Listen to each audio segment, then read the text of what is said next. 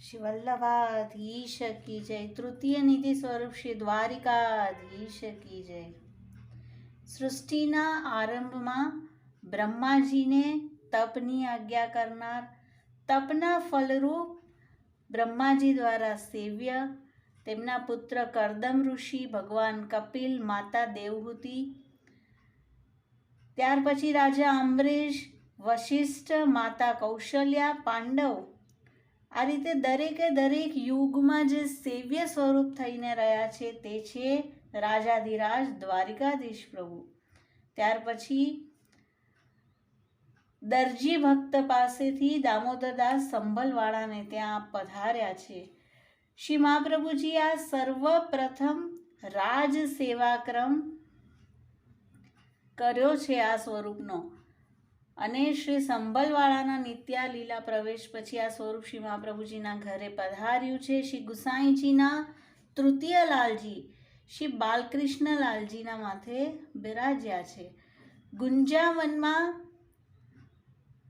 શ્રી અમનાજીનું સ્વરૂપ આપને પ્રાપ્ત થયું છે, કારણ કે આપને સ્વામીનીજી સાથે સેવવાનો મનોરથ હતો અને શ્રી ગુસાઈજીએ કડા આપ્યા હતા કે જે સ્વરૂપને આ બરાબર આવે તેને આ પધરાવજો. તો ગુપ્ત રીતે શ્રી અમનાજીની સેવા પણ થઈ રહી છે અને તૃતીય ગૃહમાં કાકરોલીમાં હાલ આ સ્વરૂપ બિરાજી રહ્યું છે. વેણુકૂજન લીલા અને આંખ મીચોની લીલાનું આ સ્વરૂપ છે. શ્રી સ્વામીજીની નિકુંજમાં પાછળથી ચૂપચાપ પધારી પ્રભુજીએ શ્રી સ્વામીજીના નેત્ર બંધ કર્યા. કોણ છો?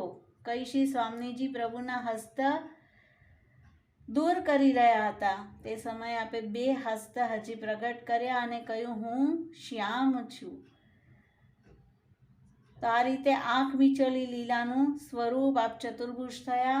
ચારે હસ્તમાં ચાર આયુધ, ચાર સ્વામીજી સ્વરૂપ છે: શંખ, ચક્ર, ગદા અને પદ્મ. અને આપની ચોરસ પીઠિકા છે. શ્યામ વર્ણ શૃંગાર રસ ઉદ્બોધક છે. શ્રીઅંગ પર તન્યા અને શ્રી મસ્તક પર કિરીટ બિરાજે છે. ચરણારવિંદ સમ છે અને પીઠિકામાં ચારે સ્વામીજી બિરાજે છે. દ્વાર એટલે દરવાજો, ક એટલે જલ અને અધીશ એટલે અધિપતિ. જલ સ્વરૂપા શ્રી અમનાજીના નિકુંજના દ્વારના અધિપતિ, અને આ માટે આપનું નામ થયું શ્રી દ્વારિકાધીશ. તો આ છે આપની સ્વરૂપ ભાવના. અને દામોદરદાસ સંભલવાળાના માથે આપ બિરાજ્યા છે. તો ભાવ સિંધુમાં અત્યંત સુંદર પ્રસંગ રહેલો છે કે એક સમય શ્રી આચાર્યજી મહાપ્રભુજી दामोदरदास संभलवाला पे अत्यंत कृपा विचारी, जो पूर्ण निरोध करी फल देनो हरसानी जी को वाके घर पठाए, चाहे के जैसी कृष्ण करी हृदय सो हृदय लगाए, अनेक अनेक सामग्री करी, पाछे अनसखड़ी की पातल धरी और सखड़ी की पातल धरवे गए, उनने नहीं करी. यह कारण जो प्रभुन के विप्रयोग में सखड़ी न लीनी जाए, और मूल कारण तो यह जो मैं सखड़ी लेऊंगो तो आपके दर्शन इनको नहीं होएंगे. फेरी दो महाप्रसाद लेके भगवत वार्ता करवे बैठे, तब संभलवाला ने कही, भाई जी तुम तो आपके चरणारविंद के पास नित्य रहो हो, सो आपने कछु संबंध अनुभव कियो, सो कृपा करी मोको सुनाओ.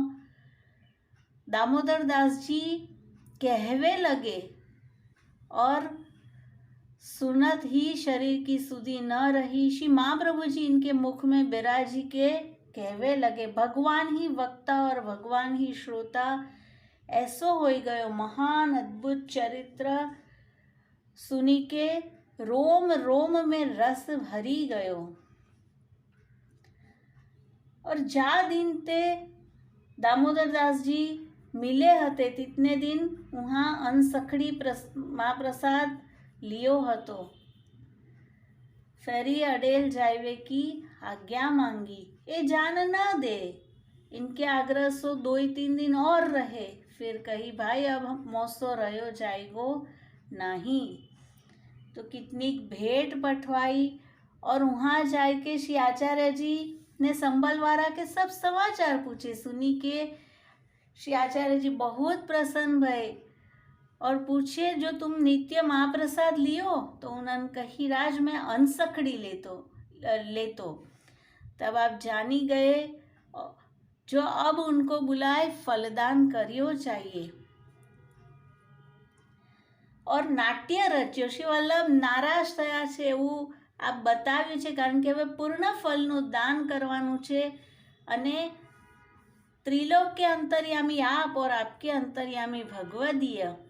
तो वहाँ दामोदर दास जी को सब खबर पड़ी और श्री आचार्य जी को मिलवे आए के साष्टांग दंडवत करी, मोहर भेंट करी। आप दृष्टि करी देखे नहीं, उनको चित अति व्याकुल भयो, गदगद कंठ नेत्र सो अश्रु गिरवे लगे। नाथ मेरो ऐसो कहा अपराध पर्यो है जो आप देखो नहीं। तब आप आज्ञा किए जो तूने मेरे अंतरंग दमला को सकड़ी में महाप्रसाद क्यों न लिवायो।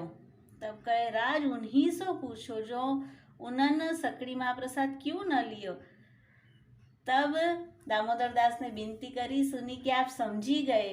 फिर आप हंसी के वचनामृत सो सींचे, अधरामृत दियो, श्री हस्त माथे पर धरे और जूठनी की महाप्रसाद की पातर धरी। श्रीअंग की सेवा दीनी, पूर्ण फल निरोध सिद्ध भयो और केतेक दिन वहाँ रहे, पाछे आज्ञा करी जो अब तू अपने घर जा, श्री ठाकुर जी की सेवा कर, याको मन चरणारविंद छोड़वे को नहीं। आज्ञा करी तू कनौट जा, वहाँ तो को फल फलित होएगो। तब दूसरी आज्ञा सिर धरी के घर को चले, मार्ग में शरीर की सुधी नहीं। संग के वैष्णव जैसे तैसे लिवाए लाए। घर में आए, पूछियो कहाँ समय है। कहे श्री ठाकुर जी के राजभोग को समय है। भीतर नाई मंदिर में गए, सो तहाँ तो श्री द्वारिकाधीश प्रभु की अलौकिक निकुंज है। श्री ठाकुर जी अलौकिक रसरूप कोटि कोटि ब्रज भक्तन की यूथ में लीला करे हैं, ऐसे अलौकिक दर्शन भये। या रीति सो स्त्री को हु दर्शन भये। और यहाँ दामोदर दास जी 10वीं अवस्था को प्राप्त भये, अलौकिक देह धरी वाही लीला में प्राप्त भये। लौकिक देह स्त्री ने छुपाए राखी, मंदिर ते बाहर लाई और श्री ठाकुर जी और सब वस्तु अडेल पહોંચાઈ। તો એટલું બધું દાન શ્રી વલ્લભે કર્યું છે। નારાજ થયા છે એવું તો માત્ર દેખાડી રહ્યા છે, પણ અત્યંત કૃપા વિચારવા અને દામોદરદાસજીને પોતાના નિજ સ્થાનમાં ચિત્રાજી આપનું સ્વરૂપ છે તેમાં પ્રાપ્ત કરાવવા માટે શ્રી વલ્લભે આવું કર્યું છે। તો દ્વારિકાધીશ પ્રભુ કે જે તૃતીય નિધિ છે અને અનેક અનેક સેવકો દ્વારા સેવ્ય છે અને અત્યારે પણ તૃતીય ઘરમાં કાકરોલીમાં આપ સ્નેહથી સેવાઈ રહ્યા છે અને આપ પણ અત્યંત દાન કરી રહ્યા છે। શ્રી દ્વારિકાધીશ પ્યારે કી જય, શ્રી વલ્લભાધીશ કી જય।